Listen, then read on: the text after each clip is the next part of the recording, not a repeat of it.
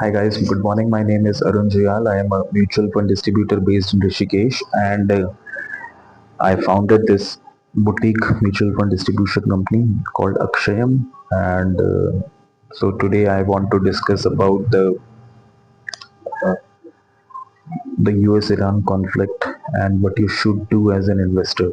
And now, as we are speaking today, there is a ongoing military action between US and Iran, and Israel is also taking part. Israel is a major partner. US is also supporting Israel. So the Indian markets are falling by around 1.4 to 1.5%, which is a good sign because we expected a huge fall, but the market absorbed that, and there is nothing to worry, as I would say. So the topic is that what you should do when there is a situation like that. First of all, that is that you don't have to feel panic at all in this kind of situation. These things, geopolitical shocks, earthquakes and bombings and will always happen somewhere or the other part of the world. And the idea is that we should not take any emotional decision based on these things. Market has always survived wars, earthquakes, and financial crisis.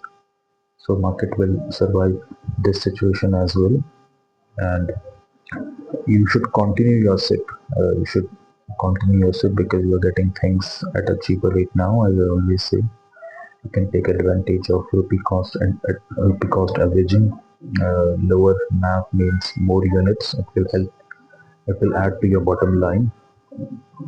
And what you can expect in such situation is that you can expect a short-term volatility and volatility for like 15, 20, 30 days, or maybe like for a quarter, or maybe for a half year. And within that period things will get settled, and hopefully everything will get settled, and this thing will market will absorb these things. We had seen this in Brexit, we have seen that in COVID-19, in 2008 banking crisis, and dot-com bubble. So every time some things like that happen. Hopefully today we didn't have a Black Monday. Markets are just around 1.4 to 1.5% down, which is pretty normal in such situation. And you should always look at your asset allocation. There is no skip for that in such, because uh, only asset allocation will help you when things like this happen. You should have a debt portion in your portfolio that can help you, and you can increase your equity portion. You can increase your equity portion if that is something within your risk appetite in such situation. And finally, I would say that every time when such crisis comes, you have to understand that why you are investing. If you are taking a pension like through SWP, then you will need that pension for good next 15, 20 years. So there is nothing to worry for a event that is happening to you. If you are investing for your child education, then that is also a bigger horizon, 10, 20, 15 years. If you are investing for a long-term wealth creation, that too will take a lot of time. And if you're investing for your retirement, that too maybe for 20, 30, 40 years. Depends on your age and your retirement age that you have thought of.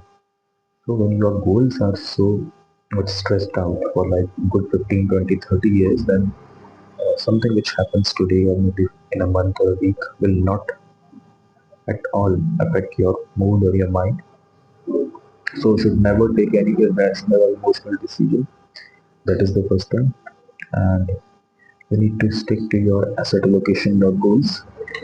So I'll repeat what you need to do. The first point is that you should never feel panic in such situation. These things will come and go, and this is a pretty normal thing that happens in the market every time.